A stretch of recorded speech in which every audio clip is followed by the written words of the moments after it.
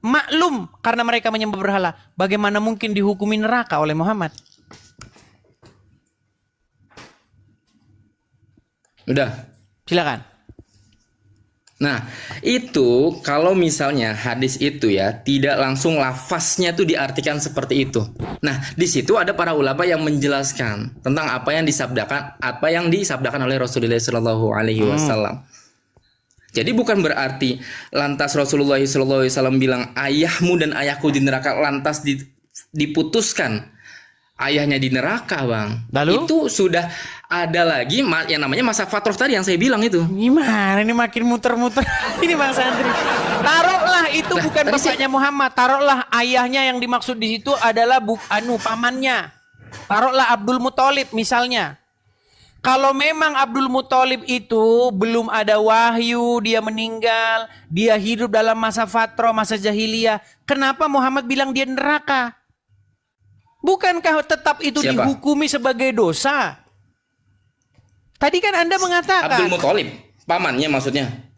Oke, kan ada ulama yang bilang bahwa ayahku di situ maksudnya adalah pamannya, yaitu Abdul Muthalib, betul? Ya. Nah, Abdul Muthalib kan hidup dalam masa jahiliyah, masa fatroh, betul? Kekosongan, tidak ada nabi, sebagian masa tidak ada fatroh, utusan. sebagian betul? ada Rasulullah. Bagaimana? Sebagian masa fatroh, sebagian lagi kan udah ada Rasulullah. Iya, tetapi kan belum jadi nabi. Meninggalnya kan sebelum jadi nabi. Enggak. Abdul Muthalib itu meninggal ketika Rasulullah SAW masih sudah jadi nabi. Sudah jadi nabi. Bahkan ya beliau sudah. membela. Baiklah, kalau begitu jangan pelenterin sejarah dong. Oke, sekarang saya tanya, betul tidak Ibrahim itu diutus ke tanah Mekah? Ini bahas yang mana sih? Ini loncat-loncat, saya bingung. Katanya masa fatroh, tapi Ibrahim dan Ismail sudah diutus ke sana. Saya serba bingung, Bang, kalau belajar sejarah agama Islam. Katanya Nabi Ibrahim sudah Tadi diutus kan kita lagi bahas hadis Nabi. Ya. Tadi ini sebenarnya pembahasannya itu kemana sih, Bang? Bukan karena cerita gini, Bang. Buya Sakur pernah bilang begini. Ini seorang muslim loh yang bilang begini. Saya sudah baca. Ya, tapi itu tidak menjadi acuan juga, Buya Sakur. Saya tidak mengatakan itu menjadi acuan, tapi ini adalah pernyataan seorang ulama. Buya Sakur pernah bilang begini. Saya sudah baca Sirah Nabawiyah. Saya sudah baca biografi Muhammad. Saya sudah baca sejarah Muhammad. Hasilnya apa? Nggak jelas. Nggak jelas. Gitu loh, Bang. Karena apa? Tadi saya bilang, sebentar Bang. Satu bilang, kampung Mekah, tempat Muhammad lahir, Muhammad itu adalah Rasul yang pertama. Sementara Sirah bilang, Ibrahim sudah pernah diutus ke situ. Artinya Muhammad bukan menjadi Rasul yang pertama di situ. Artinya tempat itu tidak bisa lagi dikatakan menjadi tempat yang jahiliyah. Sudah pernah Rasul diutus ke sana. Kan serba pusing, Bang.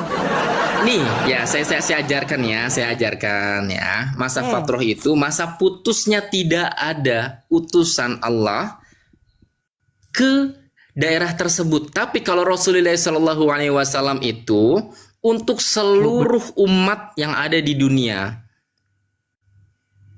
Nggak ada suaranya. Nggak, saya benerin di YouTube. Oh, oke. Ya, silakan. Gitu, jadi masa fatroh itu adalah masa putusnya tidak adanya Rasul atau utusan Allah yang ada di daerah tersebut atau di dunia. Jadi ketika Nabi Ibrahim itu kan udah putus kan dari Isa alaihi salatu wassalam, seorang nabi, itu jedanya ke Rasulullah sallallahu alaihi wasallam itu beratus-ratus tahun. Nah, itu yang disebut masa fatroh tidak adanya utusan Allah kepada kaum tersebut sudah putus. Jadi bukan ketika tadinya di daerah tersebut Nabi Ibrahim ada, lalu lantas itu dihukumi bukan masa fatroh. Oh tidak, masa fatroh itu putusnya antara Nabi Isa ke Nabi Muhammad SAW karena jedanya lama. Ya saya yakin Bang Edis tuh tahu. Cuman Bang Edis mencari cara bagaimana menjatuhkan Islam. Seperti Nah, itu kan? ini dia nih kan. Makanya dibilang. Lah, tadi sejarahnya Anda pelintirkan Abdul Muthalib. Menurut Ayo. Al-Quran, Muhammad itu rasul yang pertama nggak diutus kepada kaumnya? Rasulullah itu bukan diutus untuk satu kaum, untuk satu dunia, Bang. Kecuali Loh, Nabi Isa. itu bertentangan Nabi dengan Isa itu ayat hanya satu Al-Quran. kaum. Bang, adakah seorang rasul diutus kepada kaum yang berbahasa lain? Menurut Quran, ada nggak rasul diutus kepada satu kaum tapi kaum taruh nih Bang tidak nih. berbahasa rasul itu? Jadi tuh saya bingung gitu ya. Ini pembahasannya tuh nggak secara apa ya, nggak secara runut gitu. Tadi Nih, bahas saya ini. tunjukin ya dalilnya, Sekarang bahas Bang, ya. itu. Tadi kita Wah. belum meyakinkan bahwa Abdul Muthalib itu sebenarnya masa fatroh atau bukan. Kita tuh harus kalau misalnya diskusi ya, ada goalsnya juga. Oh oke, berarti pembahasan ini sudah terjawab. Oh oke, berarti kesimpulannya seperti ini. Meskipun kita berdua tidak ada kesepakatan, itu nggak apa-apa. Oke, sekarang begini. Ayah Muhammad siapa namanya? Abdullah. Betul tidak? Ketika Muhammad lahir, Muhammad itu ditebus dengan sekian ratus onta supaya dia bebas dipersembahkan kepada berhala di Ka'bah. Tidak. Waduh. Ternyata abang ini santri. Nah, cuman ini santri di TikTok. pembahasannya beda lagi. Ini oke. Pembahasannya beda lagi. Saya bingung, Bang. Bukan, itu menjadi bukti bahwa Muhammad itu. Gini Bang, sebentar. Sebenarnya Bang, keluar Tar dulu Bang. itu Ini adalah jadinya kayak gini nih. Ya, taruh Bang Edis. Sorry. 1 menit. Bang Edis tadi nanya dari pertama sampai ke berapa ini pertanyaan ini? Jadi istilahnya kalau bisa saya jawab, Bang Edis cari lagi nih. Enggak mutusin dulu nih. Selesai atau enggak nih? Tadi kan soal lima yuharimu. Kenapa engkau mengharamkan? Terus lagi jatuh ke Nabi Isa, jatuh lagi ke masa fatroh. Iya, kita kan sudah lari kemana-mana. Nih saya tunjukkan dalilnya ya. Anda kan banyak nggak taunya nih. Saya tunjukkan dalilnya nih. Kisah Nabi Muhammad dan Abdul Muthalib tebus Abdullah dengan 100 onta. Nih ya, saya bacakan. Nih ya, perhatikan ya. Saya bacakan. Bukan saya yang nggak nyambung, Bang. Memang ini di Bang Edis nih pertanyaan loncat-loncat. Lu sebentar nih. Jadi saya istilahnya saja penuhnya ya. Sudah terjawab. Sudah saya tampilkan terjawab. penuhnya ya. Oke. Nih, perhatikan ya nih.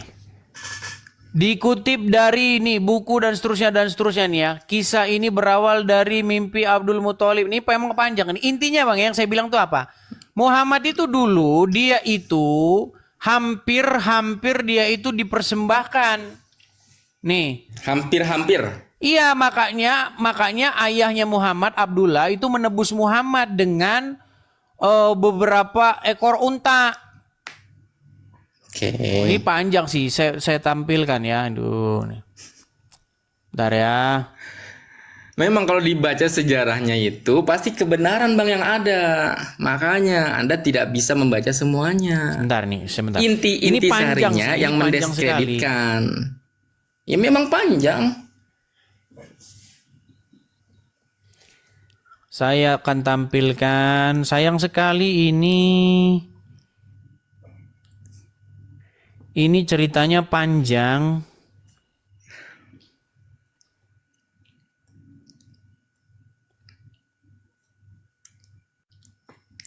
Nih, ini cerita-cerita moyang-moyang Muhammad nih. Nih ya, anak dari 100 ekor unta nih. Quraisy pada hari itu dibuat gempar ketika mendengar bahwa tokoh mereka yang paling dihormati, Abdul Muthalib, hendak menyembelih putra kesayangannya, Abdullah. Nih, Quraisy pada hari itu nih ya, hendak menyembelih salah satu anaknya Abdullah. Tak hanya para pembesar Quraisy yang berusaha mencegah sang tokoh, tetapi juga anak-anak mereka sendiri yang tak lain merupakan teman-teman dari Abdullah. Nih, demi Allah, jangan engkau sembelih dia, setidaknya sampai engkau bisa mendapatkan alasan untuk mengurungkan niatmu itu dan seterusnya nih. Akhirnya apa? Akhirnya ditebus. Ditebus, tidak jadi menyembelih itu. Ya, akhirnya ditebus dengan onta. Artinya apa? Keluarga-keluarga Muhammad ini adalah keluarga-keluarga pengurus Ka'bah, tempat penyembahan berhala itu. Bener nggak? Bener nggak? Anda yang ngomong, Anda yang gimana sih? Loh, Lanjutkan saja. terus bagaimana dia bisa melakukan hal-hal yang sedemikian ini kalau nenek moyang Muhammad itu bukanlah bagian daripada ritual-ritual penyembahan berhala di Ka'bah ini?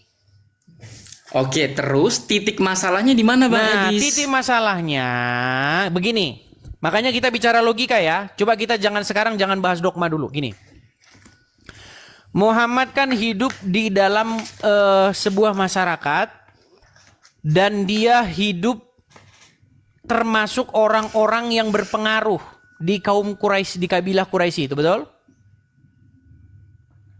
Ya, betul. Nah, pada waktu itu umur 0 sampai umur 39 Muhammad pernah ke Ka'bah nggak?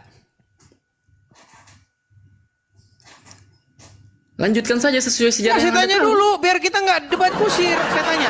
Ketika Muhammad umur Anda kan 0. versi Anda sejarah sendiri, silakan. Ini kan diskusi, Bang. Silakan Ini Anda. saya tanya Anda- supaya saya tidak subjektif. Saya tanya Anda. Waktu umur 0 sampai umur 39, pernahkah Muhammad ke Ka'bah? Saya nggak tahu. Enggak, ta. Lah, titik salahnya di mana? Ya Bang? jangan Saya nanya titik dipaksakan, Bang, salahnya. kalau nggak tahu. Oke lah, Bang. Paham Ini sejarah. sehubungan kita ada yang paham sirah nabawiyah, ada yang kita mengkaji sesuatu yang beda. Jadi ada kelas-kelasnya sendiri kalau Ya, seorang Islam menurut itu, Bang. buku-buku sirah, Muhammad itu bahkan dia itu mendamaikan pihak-pihak yang bertikai. Siapa yang berhak untuk meletakkan Hajar Aswad? Perang mereka. Oke. Akhirnya Muhammad ambil ide supaya pihak sana pegang kain, pihak sini pegang kain, ditaruhlah batu itu di tengah. Lalu dia melakukan ide itu supaya batu Hajar Aswad itu sama-sama diletakkan dan mereka tidak bertikai. Artinya Muhammad itu Hebat tuh ya, aktivis Nabi Muhammad ya. Ka'bah. Mustahil dia bisa kayak gitu kalau Nabi dia bukan Muhammad hebat aktivis ya, Ka'bah. idenya brilian ya. Nabi Gimana? Muhammad idenya brilian ya untuk mendamaikan berarti ya. Mau Sudah dari idenya muda ya. berlian atau apa, Muhammad adalah akui dulu. bagian. Akui dulu Ya idenya udah, dalam ya sejarah sudah. itu Ya, saya tercatat akuilah, saya akui. jenius. Saya mengakuinya bahwa Muhammad ikut andil di dalam ritual-ritual orang-orang Quraisy sehingga Dengan idenya yang jenius. Muhammad bagian daripada ritual-ritual tersebut. Dan umat Islam mengatakan bahwa sebelum Muhammad jadi nabi, Ka'bah itu tempat penyembahan berhala. Kesimpulannya Muhammad bagian daripada umat yang nyembah berhala itu. Dan tidak ada sejarah yang mencatat bahwa Rasulullah mudanya menyembah berhala. Terus kenapa dikatakan Allah mengampuni dia dosanya yang lalu? Dosa apa itu? Saya tanya dari tadi tuh Bang. Nah Bang Edis juga bertanya kan, apa dosa Rasulullah? Iya, makanya tiada lain tiada bukan apa? dosa Makanya saya penyembahan tanya berhala. kalau Bang Edis nggak tahu. Ini coba saya tanya sekarang. Apa Baik. dosanya? Saya tampilkan apa saja datanya ya. sesatnya? Apa bingungnya? Kan dari tadi Bang Edis belum ketemu nih Bang. Baik. Masalahnya setiap saya tunjukkan, Bang, abang itu dari tadi tuh ngeles. Nih. Nah, kan abang memang bertanya, saya menjawab. Kalau ditafsirkan, ya seperti apa? Ditafsirkan oleh seseorang yang nggak tahu Saya tidak pernah maksud dan menafsir. tujuannya. Itu adalah tafsir Enggak, makanya daripada kan- umat muslim sendiri. Gimana? Bahwa Muhammad itu dahulu dia didapati sebagai seseorang yang tidak mengerti akidah, tidak tahu agama Islam. Ya memang. Terus agama dia apa? Kan dibilang itu adalah masa fatrah Bang. Jadi memang Rasulullah Shallallahu Alaihi Wasallam belum menerima wahyu. Iya, belum menerima Paham. wahyu. Berarti dia dia ritualnya di mana? Ritual peribadatannya di mana? Jikalau, oke, Bang Edis TV kita turuti. Misal, katakanlah kata-kata Bang Edis benar. Beliau pernah menyembah berhala waktu kecil. Itu bukan suatu kesesatan. Itu masa fatrah. Bukan kesalahan. Lalu Sekali kenapa? lagi, dan Bang Edis juga tahu. Apa pengertian sesat? Ya silakan tafsirkan sendiri. Sesat itu apa? Sesat Makanya adalah tadi saya bilang, orang apa sesatnya Rasulullah? Terserahlah definisinya apa. Makanya saya mau nanya, apa sesatnya Rasulullah? Apa dosanya Rasulullah? Apa kebingungan Rasulullah? Nah, dari tadi itu kita tidak terjawab. Dan sudah saya jawab semuanya. Oke lah, baiklah. Intinya yang saya maksudkan begini, Bang. Artinya di situ Al-Quran dengan tegas mengatakan bahwa dia diampuni dari dosanya yang telah lalu. Saya tanya kepada Anda, apa dosanya yang telah lalu? Anda bilang Muhammad tidak berbuat dosa. Sementara jelas Muhammad hidup dalam satu kabilah orang-orang penyembah berhala. Dan Bang Edis juga nggak tahu dosanya apa. Mustahil Muhammad umur 0 sampai 39 tidak pernah ke Ka'bah. Karena di dalam riwayat disebutkan dosanya menyembah berhala gitu, kata Bang Edis, dosanya menyembah berhala gitu maksudnya. Enggak, saya tanya. Berarti kata Bang Edis dosanya menyembah berhala. Ya jelas lah, terus apa? Oke, kan Bang Edis tadi tahu masa fatrah itu. Terus kenapa dihukumi dosa? Kalau memang itu masa fatrah itu adalah masa ini. Masa fatrah itu kan kalian yang buat-buat. Siapa yang bilang dosa? Al-Quran Kan abang yang bilang Edis sendiri. Lu gimana? Di situ dikatakan nggak Rasulullah karena Rasulullah menyembah berhala? Ya, kalau gitu dosa apa? Yang dilakukan dosa apa? Nah, maka itu saya tadi tanya, kalau kata Bang Edis dosa apa? Kalau dosa itu setelah Rasulullah Shallallahu Alaihi Wasallam itu menjadi Rasulullah, terus membuat kezaliman, itu baru yang namanya dosa, Bang. Oke, Anda pernah tahu Muhammad sujud bersama-sama dengan orang-orang para penyembah berhala menurut Al-Quran? Tidak. Waduh. Nah, gimana ini masih sih? banyak sekali, Bang, Beda yang lagi Anda tidak pembahasannya. tahu. Besok saya angkat tema itu. Tapi yang tadi enggak, tar dulu. Bang Edis juga segalanya nggak tahu. Loh. Tadi saya nanya ya, ini saya sudah mau urutkan jam Bang 12 pertanyaan-pertanyaan yang Bang orang-orang Edis juga sudah pada istirahat. Gini, besok datang kemari, saya akan angkat sebuah tema di mana ada ayat-ayat setan di dalam Al-Quran. Di mana setan telah menginspirasi Muhammad sehingga Muhammad beserta para kaumnya sujud bersama-sama para penyembah berhala. Lu sujud ngapain? Coba tunjukkan ayatnya. Waduh, ya besok biar umat selalu mantengin channel ini. Makanya jangan lupa follow Edis TV. Ya, tapi Bang Edis di kesimpulan ini juga harus mengakui bahwa Rasulullah otaknya jenius ketika mendamaikan kabilah-kabilah. Itu besok lah. Oke, Bang ya. Bang Santri, kita lanjutkan lagi besok, oke? Oke. Siap, oke. Makasih Bang Santri. Selamat malam. Besok saya akan angkat tema itu di mana Muhammad bersama-sama dengan orang-orang penyembah berhala, mereka sujud bersama-sama dan di situ wahyunya dirubah. Oke, selamat malam Bang Santri TikTok. Terima kasih. Thank you, Bang Edis. Ya, teman-teman nantikan tema itu ya. Nantikan tema berikutnya. Teman-teman ini juga batu saya sudah mulai ngedrop dan habis. Sekali lagi teman-teman di akhir acara, sekali lagi teman-teman ya.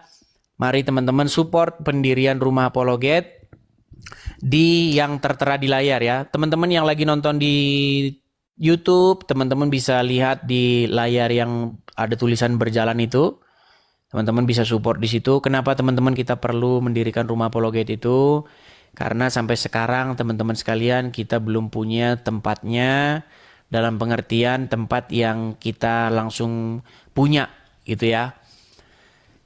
Kalau misalnya kita hanya dalam jangka pendek ya teman-teman ya, kita bisa menyewa-nyewa 1-5 tahun tidak masalah. Tapi kan ke depannya untuk jangka panjangnya kita perlu tempatnya teman-teman. Untuk pendirian Rumah Apologet yang akan kita jadikan sebagai stasiun TV lah ya. TV atau siaran atau channel begitu ya, Edis TV seperti ini. Jadi teman-teman yang tergerak artinya ingin mensupport, teman-teman bisa mensupport di situ. Bagi teman-teman yang belum mampu, jangan dipaksakan diri ya teman-teman ya. Jangan memaksakan diri untuk mensupport. Cukup tap-tap layar, share, bagikan, itu saja sudah cukup bagi teman-teman yang kehidupannya juga belum mapan atau belum berkelimpahan seperti itu. Oke, saya rasa itu saja ya teman-temannya. Kita istirahat dulu. Sudah hampir jam 12 malam. Selamat beristirahat, selamat bermalam minggu. Tuhan Yesus kiranya memberkati kita semua. Shalom, sampai jumpa.